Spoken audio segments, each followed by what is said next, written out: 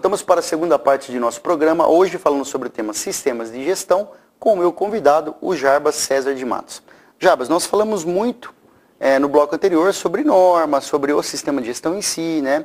A pergunta que eu vou te fazer agora é uma coisa um pouco mais focada na questão dos benefícios. Então eu gostaria que você citasse quais são os benefícios da implantação de sistemas de gestão para a empresa, para os clientes e para os colaboradores. Tá ok. Então, olha, para os clientes é se não é uma certeza de receber bons produtos, pelo menos uma tranquilidade a mais que de repente está sendo tratado melhor esses produtos e a chance de ele receber esse produto com a qualidade requerida, com aquela que ele acredita que seria necessário, ele venha receber. E se não receber, vai ter alguém ou um sistema para poder tratar aquilo lá e de forma organizada.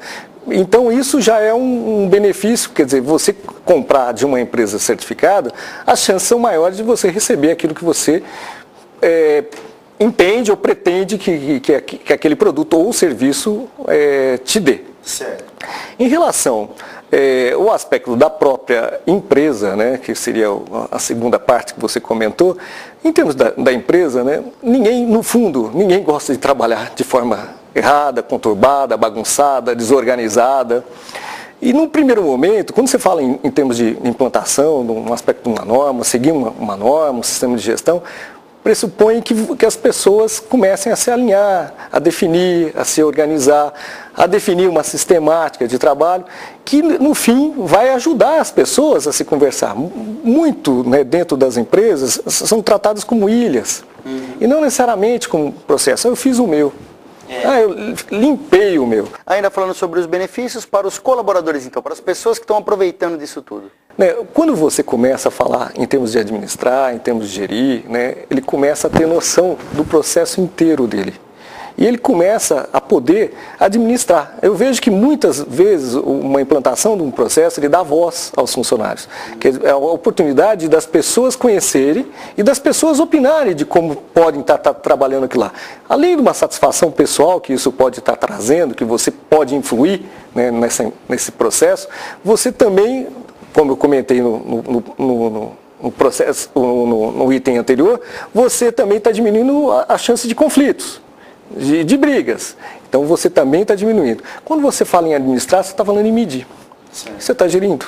Você tem indicadores disso. Quer dizer, começam a ter indicadores mais objetivos. E não só simplesmente, né, eu gosto dessa pessoa ou eu não gosto, para em questão em termos de promoção.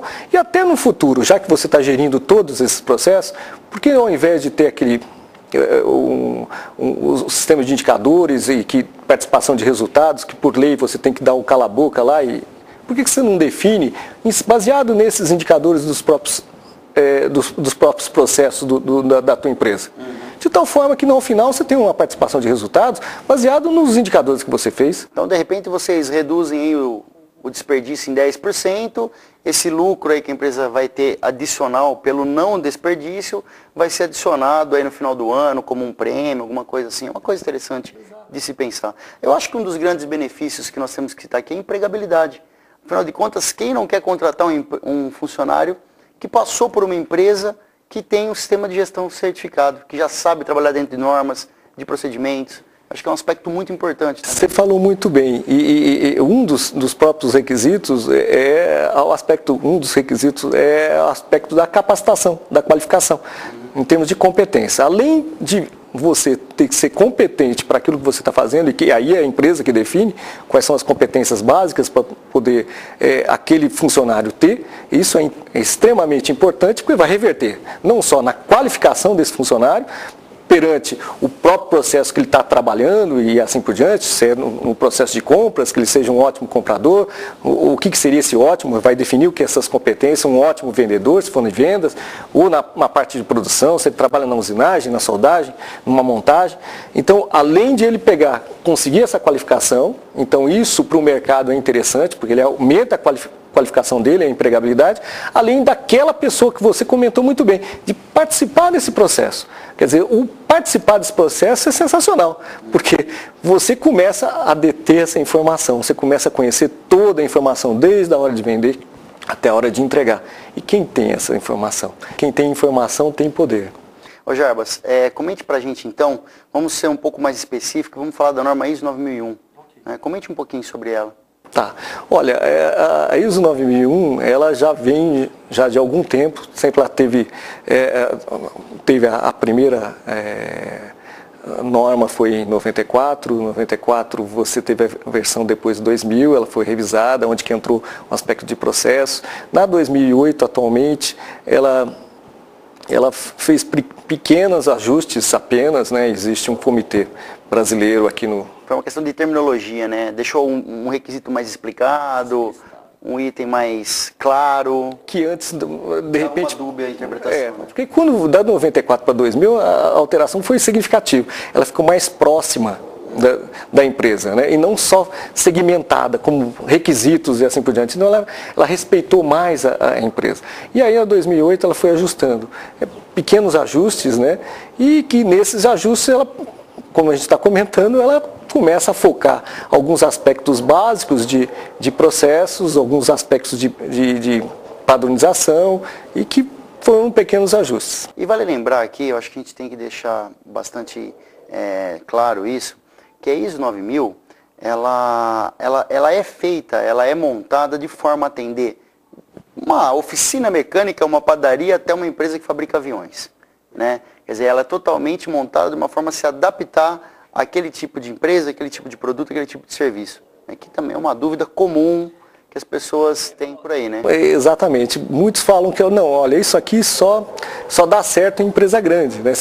Eu começo, nas minhas aulas, se me permite, eu começo a definir, geralmente em termos de processo, eu começo com o hamburguero.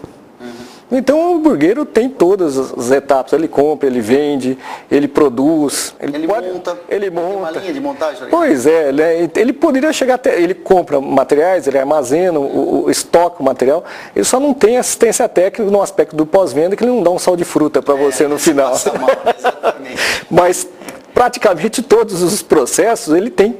E, então, o que é um único funcionário, vamos dizer, que você atende todos esses processos. Então, é muito importante dizer isso, né? As pessoas, às vezes, têm aquele aspecto achando que só interessa um aspecto de certificação para uma grande empresa, ou média para cima. Não. Para qualquer tipo de empresa, boas práticas de gestão são muito bem-vindas. Jarbas, nós sabemos que a estrutura da ISO está baseada no famoso PDCA, Plan, Do, Check, Act, né? Planejar, fazer, agir e checar. Então, comente sobre a importância do PDCA, como fazer para você utilizar essa ferramenta com sucesso. Olha, ela é uma técnica, né? É um método, né? Então, quando você começa do PDCA, né? Plan, Do, Check, Act, é planejar. Então, se a gente pensar no nosso dia a dia, a gente deveria tomar isso como base. Antes de fazer qualquer coisa, você deveria ter um mínimo de planejamento. Não estou comentando que se, de repente, uma atividade mais complexa, um planejamento mais abrangente. Uma atividade mais simples, não necessariamente. Então, antes de agir, nós deveríamos planejar, nos organizar, entender como que funciona aquilo lá, para depois fazer. E em se fazendo, será que isso ficou bom?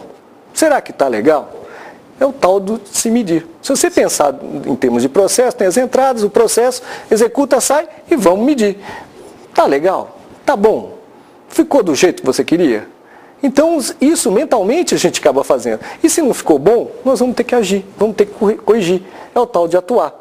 E isso continuamente. Então, quando nós falamos em melhoria contínua, não quer dizer que nós não tenhamos não conformidades, uma empresa certificada não tenha não conformidade. Ela vai ter, sim. Pode ter. Né?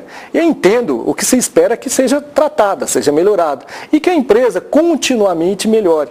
Então, o PDCA é um processo contínuo, não é para ser feito uma única vez. Então, é sistêmica. Então, você faz, planeja, faz, checa, corrige, planeja de novo e assim vai.